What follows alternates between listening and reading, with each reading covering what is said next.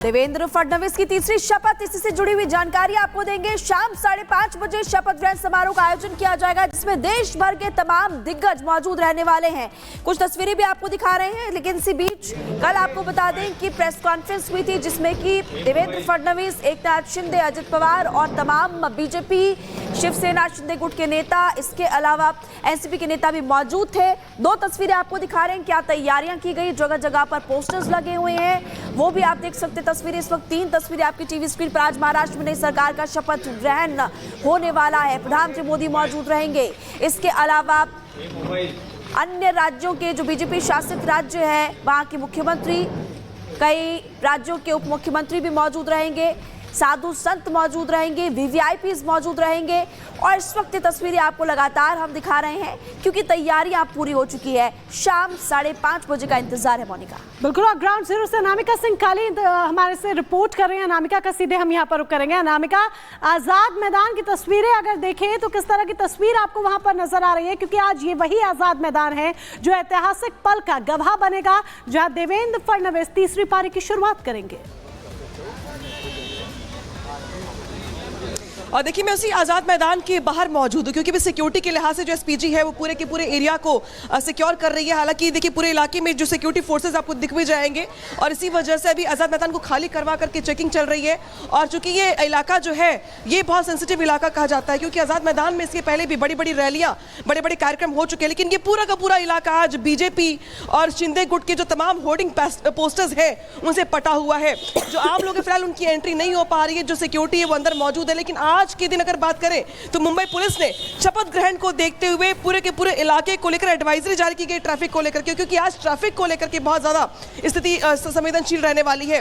PM Modi की मौजूदगी में आज मुख्यमंत्री बनेंगे देवेंद्र फडणवीस, शपथ लेंगे मुख्यमंत्री पद के। उनके साथ साथ एकनाथ शिंदे, अजित पवार भी शपथ लेने वाले डिप्टी सीएम को लेकर के। हालांकि इस शपथ ग्रहण की तैयारियां जो है वो 3 दिन पहले से चल रही हैं, लेकिन यहाँ पे देखिए, ये जहां जहां भी नजर जाएगी आपकी, वहां पे आपको पूरे के पूरे इलाके में बीजेपी और इसके अलावा शिवसेना ग्रुप, इसके अलावा एनसीपी के जो होर्डिंग्स है आपको बराबर से लगे हुए दिखाई देंगे। यानी कि कहीं ना कहीं होर्डिंग पोस्टर्स में भी एकता दिखाने का प्रयास किया गया है। कल जिस तरीके से तमाम नेताओं ने जाकर के राजभवन में सरकार बनने का दावा पेश किया था, उसके बाद आज बारी सरकार की गठन की है, शपथ ग्रहण की है, तो अभी जो आपको ट्रैफिक दिख रहा है सड़क पर, कुछ देर के बाद वो थम जाएगा, क्योंकि ये पूरा का पूरा इलाका जो है वो हाई सिक्योरिटी जोन में तब्दील कर दिया जाएगा। बीएमसी के ठीक सामने जो आजाद मैदान है वहां पे तैयारियां चल रही हैं। आजाद मैदान में इसके पहले भी कई बड़े बड़े ऐतिहासिक कार्यक्रम हो चुके हैं, लेकिन आज पीएम मोदी की मौजूदगी में देवेंद्र फडणवीस महाराष्ट्र के मुख्यमंत्री के तौर पर तीसरी बार शपथ लेने वाले हैं। और यही वजह है कि जो सिक्योरिटी देख रहे हैं आप, इसके अलावा जो डेकोरेशन देख रहे हैं आप आसपास के इलाकों में, वो यहाँ पर देखने को मिल रही है। हालांकि अभी यहाँ पे आम लोगों की एंट्री नहीं है। जो बहुत सारे लोग, कार्यकर्ता ऐसे हैं जो बाहर वेट कर रहे हैं और इस बात का इंतजार कर रहे हैं कि कब उन्हें अंदर जाने का मौका मिले। लेकिन देखिए किस तरीके से रोका जा रहा है उन्हें। और अभी कहा जा रहा है दरअसल कि चूंकि पीएम मोदी की मौजूदगी होनी है शाम को 5 बजे के आसपास, तो इसलिए अब फिलहाल यहाँ पर जो है चेकिंग चल रही। चेकिंग के बाद जो आम लोग हैं वो अंदर जा सकेंगे। यार कहेंगे ब्रेक के लिए, ब्रेक के बाद भी खबरें लगातार जारी हैं। अब देखते। दिल्ली में 4 दिसंबर की सुबह ट्रिपल मर्डर की घटना ने लोगों को हिलाकर रख दिया। एक ही परिवार में पति, पत्नी और बेटी की हत्या की खबर सुनकर हर कोई सदमे में था, लेकिन दिल्ली पुलिस ने महज कुछ घंटे में हत्या की गुत्थी को सुलझा लिया। पुलिस के खुलासे में जो बात सामने निकल कर आई वो हैरान कर देने वाली है। कैसे, देखिए इस रिपोर्ट में।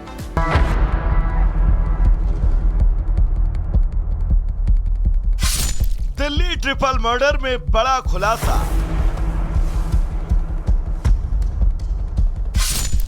बेटा ही निकला कातिल।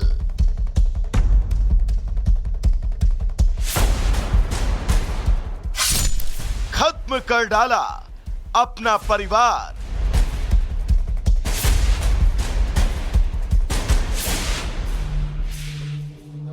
दक्षिणी दिल्ली का देवली गांव बुधवार की सुबह ट्रिपल मर्डर के सनसनीखेज वारदात के साथ जागा।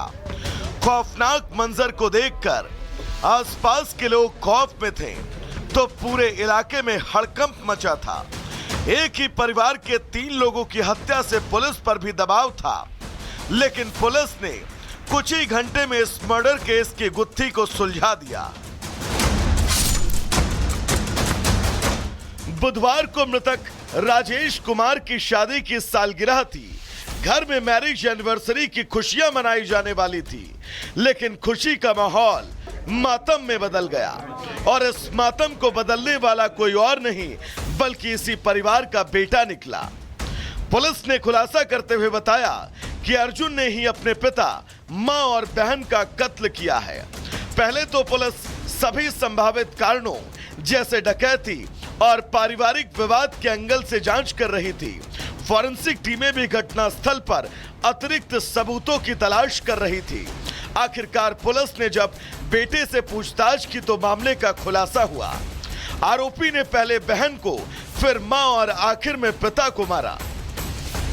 एफएसएल की टीम जो मौके पे थी, उसके अनुसार हमको कई ऐसे टेल टेल एविडेंसेस वहाँ पर मिले जो शक की सुई इनसाइडर की तरफ ही पॉइंट आउट कर रहे थे।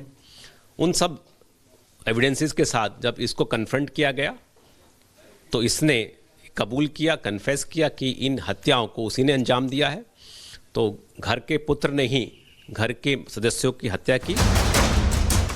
पुलिस ने बताया कि परिजन बहन को ज्यादा तवज्जो देते थे, इसी से वो दुखी था। अर्जुन को ये पता लगा कि परिजन प्रॉपर्टी भी बहन के नाम करने वाले हैं, जिससे वो अपने आप को ठगा महसूस करने लगा और बदला लेने के लिए उसने तीनों के मर्डर का प्लान बनाया। उस पर किसी को शक ना हो, इसीलिए उसने माता पिता की मैरिज एनिवर्सरी का दिन चुना। आरोपी ने आर्मी से रिटायर पिता के सेना वाले चाकू से ही वारदात को अंजाम दिया। इसका पिता एक्स सर्विसमैन था, तो उसका इसके पुत्र के प्रति व्यवहार गर्म था। पढ़ाई में इतना अच्छा नहीं था। इसकी बड़ी बहन पढ़ाई में अच्छी थी, वो एमए भी कर रही थी, उसके अच्छे मार्क्स भी आते थे। तो वो एक अपेक्षित महसूस करता था कि सारा प्यार, स्नेह और वो बड़ी बहन को मिलता है, मुझे उतनी तवज्जो या समर्थन नहीं मिलता। साथ ही साथ इसको ये भी कहीं से सुनने में आया कि इसकी संपत्ति का ज़्यादा हिस्सा वो अपनी पुत्री या इसकी बहन को देने वाला है। पुलिस के खुलासे के बाद हर कोई हैरान है। जिस जायदाद के लिए कलयुगी बेटे ने परिवार को खत्म कर डाला, वो अब सलाखों के पीछे है। हत्या को अंजाम देने से पहले वो भूल गया था कि कर्मों का फल यही भोगना पड़ता है। Bureau report, Republic Bharat. और खबर दिल्ली से है, जहां पर चोरों के हौसले इतने बुलंद हैं कि उन्होंने मेट्रो की केबल को भी नहीं छोड़ा, वो तक चोरी कर ले गए। दरअसल मामला ब्लू लाइन का है, जहां पर मोती नगर कीर्ति नगर के बीच में जो मेट्रो सेवा है वो बाधित है, क्योंकि केबल चोरी का मामला सामने आया है। ब्लू लाइन पर मेट्रो सेवा में देरी हो रही है, यात्रियों को असुविधा का सामना करना पड़ रहा है। दिल्ली मेट्रो की रफ्तार थम गई है। दिल्ली मेट्रो थम गई है क्योंकि चोरों ने केबल चोरी की है, और यही एक बड़ी वजह है कि तमाम जो यात्री हैं, अगर आप मोती नगर से कीर्ति नगर जा रहे हैं या आपका स्टॉप